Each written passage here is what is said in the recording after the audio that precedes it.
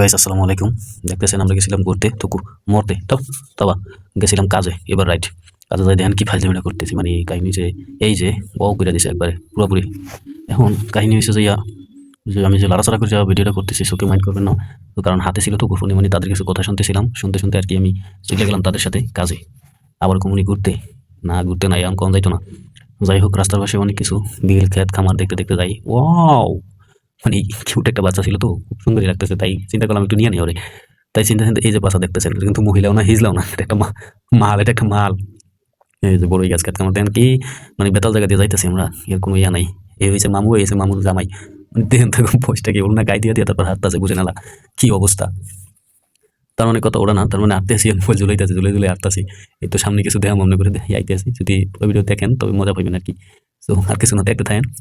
এখন মূল কথা হয়েছে এই যে মোরা যেখানে কাম দিয়ে গেছি, তো খুব কামে গেছি ওখান দিয়ে, মানে জায়গাটা খুব বেশি ভালো না, খুব খারাপ একটা জায়গা, নোংরা পরিবেশ। তো নোংরা পরিবেশের ভিতর দিয়ে আমরা হাঁটতে হাঁটতে মানে আমাদের অবস্থা বেতাল। এই আর কি, কিছু তো আর করার নাই, কি আর করুম। এই দেখবেন না আবার নোংরা পরিবেশ কারে কয়, এই ঢুকতাছি আমরা নোংরা পরিবেশের মধ্যে। আও, এটা আবার জ্বালাইয়া সামনে, বুঝছেন, এই যে পাছা দুলাইয়া দুলাইয়া কোমর নাচাইয়া নাচাইয়া কেমনে হাঁটতাছে, বুঝে নালা এগো কি সমস্যা, বুঝি নাকি যে আমি ইঙ্গিত দেয় কেমনে আমার, কিন্তু এই যে পচা রাস্তা দিয়ে হাঁটতাছি আমরা। রে কি অবস্থা এগো, এগো লইয়া আমি নাই আর দুনিয়াতে। এই দেন কি নোংরা পরিবেশ আর কি।